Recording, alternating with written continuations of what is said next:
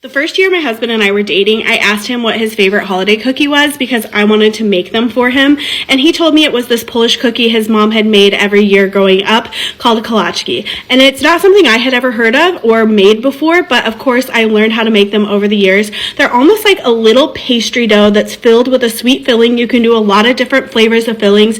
They have since become one of my favorite holiday cookies, so I'm going to show you how to make them. You can find the full recipe by Googling Baker Betty Kolaczki. I'm going to show you how to make them. The dough comes together really fast. There are very few ingredients. We're going to start with 1 package of cream cheese, 225 grams or 8 ounces. Go ahead and put that right in the bowl. This is softened cream cheese. It has been sitting out at room temperature to get really, really nice and soft. You also need 2 sticks or 225 grams of butter, so equal amounts butter and cream cheese.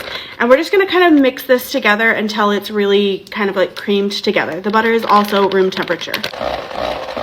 I mix this on like a medium-high speed for about 2 minutes until it's really, really light and fluffy. And now we're going to add maybe like a 1/4 teaspoon of vanilla. I'm just going to do a little splash, measure it with your heart. And then if you used unsalted butter, we're going to add a 1/2 teaspoon of salt.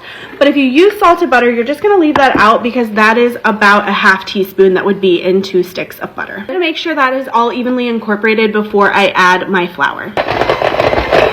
The last ingredient is flour. We need 270 grams or 2 1/4 cup of flour. I'm just going to weigh this on my scale, and that's it. There's actually no sugar in the dough. It's very much like a pastry dough. And then our filling will be very sweet, and we'll also dust some powdered sugar over the top when they're done baking. Start on a low speed so this doesn't fly in my face, and then I will mix that just until everything is absorbed and evenly combined.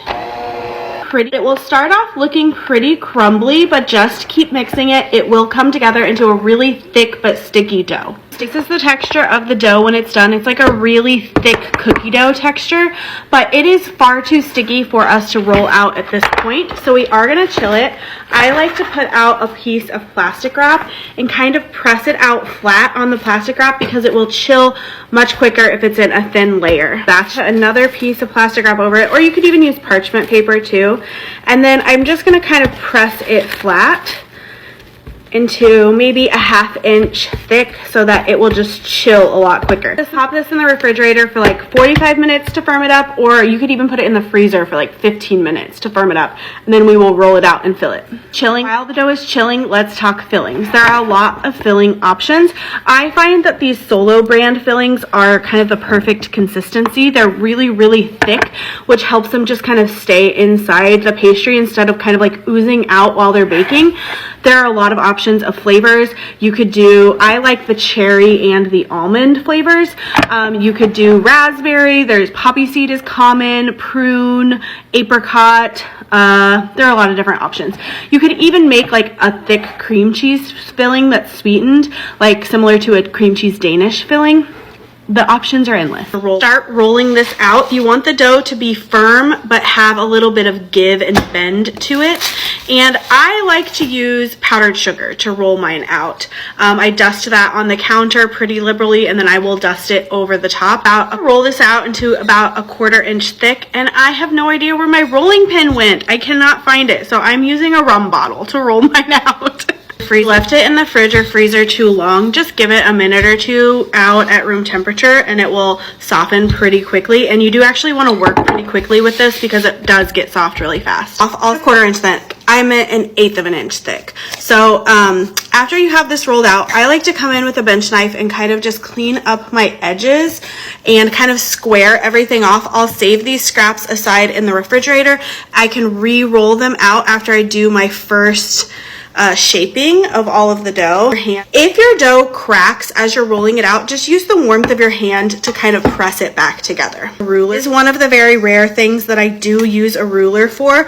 I come in and just kind of mark off my 2-inch sections, and then I'll do it the opposite direction as well so that I get pretty even 2-inch squares. Doesn't have to be perfect, but you're gonna cut out your grid. To fill them, you're gonna put just like a little line of whatever filling you're using down like corner to corner on your little square. And then I like to have a little egg wash beside me, which is just egg whisked with a little bit of water. You're gonna bring one corner over the top and then just give a little bit of egg wash on that corner. And then you're gonna bring, I like to do it on this corner too, and then bring that over like that. And then really pinch these two together so that it stays closed, because it will really want to pop up open in the oven, and it might still pop open in the oven even if you do that.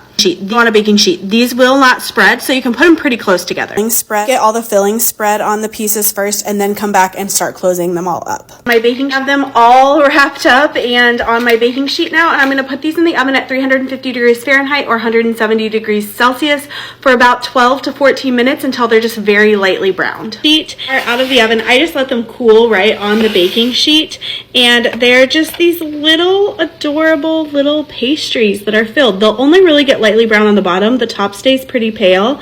And then as an optional step, I come in with some powdered sugar once they've cooled, just to give them a little sweetness, because remember the dough doesn't have sugar in them. I like to use these little tea strainers as our tea infusers as my powdered sugar duster. They're so good. Just like a little tiny pastry. Yum. Bye.